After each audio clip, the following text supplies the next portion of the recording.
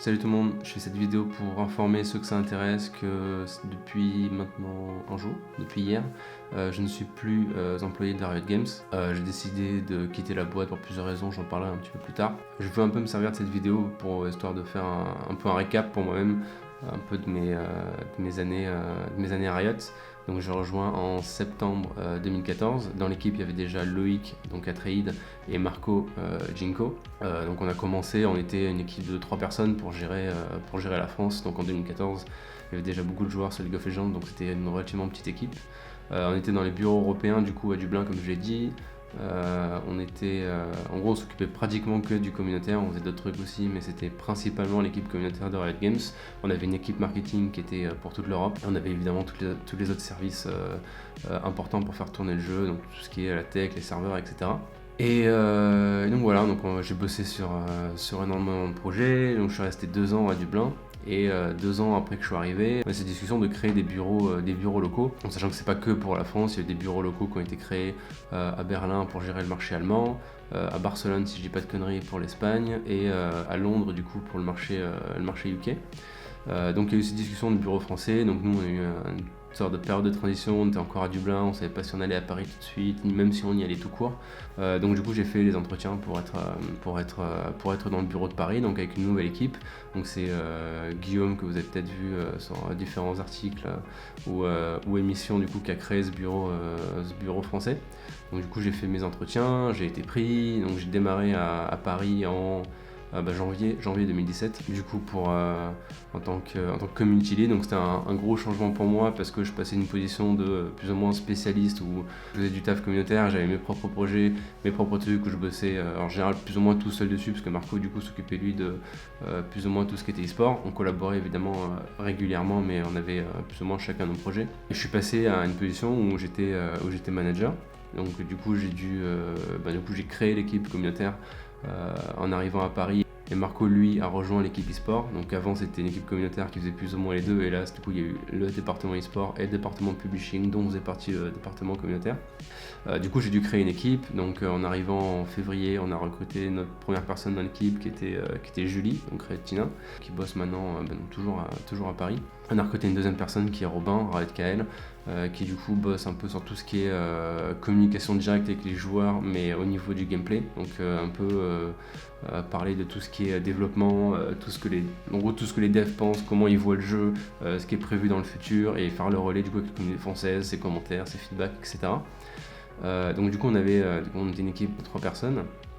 Et du coup j'ai décidé, du coup maintenant ça fait plusieurs mois que je m'étais fait à l'idée, mais j'avais pas actionné tout de suite pour plusieurs raisons, notamment personnelles. Il faut savoir que du coup League of Legends et Riot en 4 ans ça a énormément évolué, la boîte a beaucoup évolué, la façon de marcher a beaucoup évolué, on s'est énormément structuré, on était beaucoup moins quand j'étais à Dublin et quand j'étais au début. Faut savoir aussi qu'il y a eu un grand tremblement de terre, c'est évidemment Fortnite. Il y a eu d'autres jeux avant, mais Fortnite c'était je pense le plus gros et le plus long surtout. Ça a eu certains effets évidemment en interne où je pense qu'il y a des gens qui ont eu peur et des gens qui se sont dit que c'était normal, que c'était sain. Donc voilà, il y a un peu ce mix là. J'étais pas malheureux à Riot d'absolu, mais j'étais plus aussi heureux que ce que j'étais il y a quelques années ou quelques mois, et c'est la raison pour laquelle j'ai décidé de partir parce que moi mon but c'est de faire quelque chose qui me fait kiffer la plupart du temps, et là du coup c'était un peu moins intéressant pour moi. J'ai l'impression de stagner aussi professionnellement.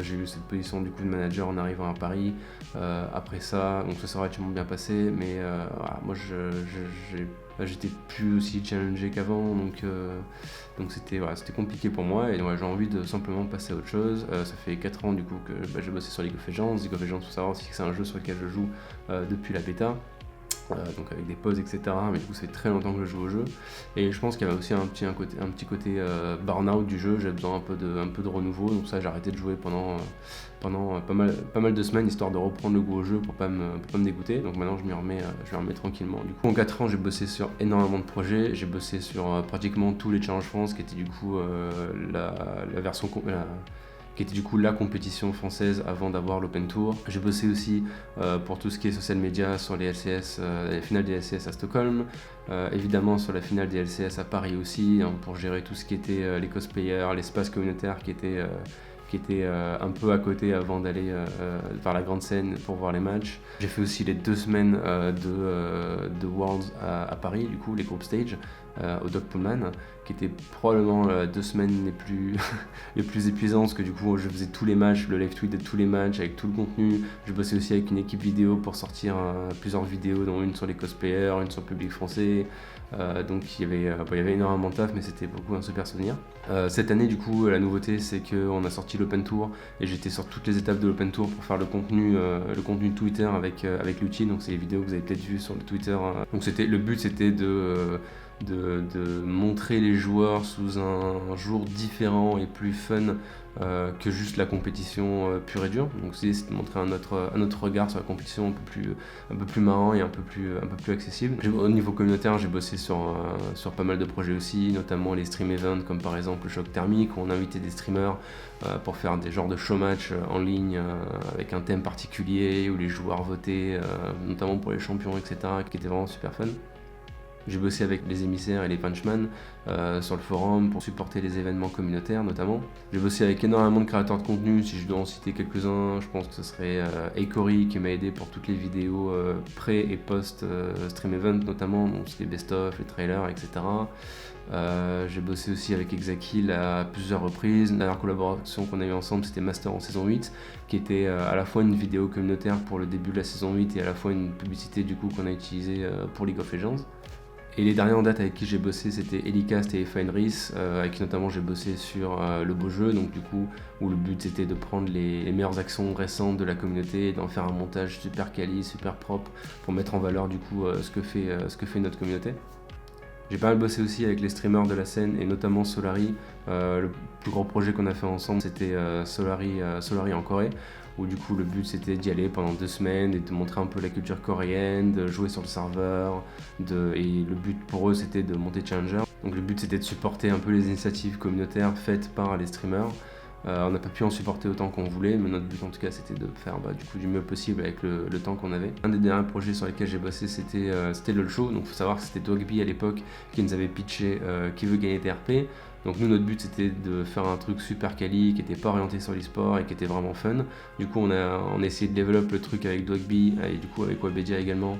On a invité Twix, on a invité Lutti, on a invité aussi Narcus et LRB de Solary. Et notre but c'était vraiment de faire une émission ultra fun qui était du coup sur League of Legends et pas orientée e-sport. Ce que je pense qu'on a réussi, je pense que l'émission était relativement cool. Et je bossais aussi sur plein d'autres projets, je pense que c'est un peu le nom de les citer vu que ça fait quand même 4 ans que j'ai bossé pour Riot. Mais voilà, en tout cas c'était vraiment dingue de bosser sur autant de projets différents, parce que voilà, on est dans une équipe communautaire, on fait des émissions télé, on bosse avec des créateurs, on va en Corée, enfin, voilà, c'était quand même une expérience relativement extraordinaire. Donc moi de mon côté maintenant, ce que je vais faire c'est essayer de monter Gold avant la fin de la saison. Vu que j'ai joué un petit peu moins, ça va être un peu tendu, mais je pense que ça va le faire. Et surtout j'ai hâte que Riot sorte ses prochains jeux. Ça fait long, je pense qu'on est beaucoup dans la communauté à attendre et j'ai vraiment hâte de voir ce qu'ils vont sortir dans les années qui viennent. Donc je pense que je serai le premier à me connecter sur les prochains jeux de Riot et à essayer un petit peu tout ça, et j'ai vraiment hâte que ça sorte, quoi. Ce que j'ai prévu de faire aussi, c'est une des raisons pour lesquelles je fais cette vidéo, c'est que j'ai envie un peu plus de documenter ce que je fais, de partager mes idées et de faire quelques trucs. Mon but c'est pas de devenir un youtubeur, absolument pas, mais de créer du contenu et de faire des trucs sympas un peu autour de la communauté gaming et e-sport aussi. Donc voilà, je sais déjà ce que j'ai prévu pour la suite, je vais pas en parler dans cette vidéo, j'en parlerai par contre plus tard en vidéo je pense. N'hésitez pas à me suivre sur Twitter et sur Instagram du coup pour voir un peu mes updates. J'ai prévu de partager pas mal de trucs en story. Je vous mets aussi un petit truc ici histoire que vous puissiez voir. Donc voilà, j'espère que cette vidéo sera pas trop longue. Je partagerai probablement des vidéos dans les semaines à venir sur des trucs plus ou moins aléatoires, et aussi j'ai aussi envie de faire des trucs de parler de sujets qui m'intéressent, donc je pense que je balancerai ça et puis on verra un peu ce que ça donne. Je bosse aussi sur la suite du coup au niveau professionnel, et je vous tiendrai au courant pour ceux que ça intéresse. Et puis voilà, je vous dis à la prochaine. Ciao.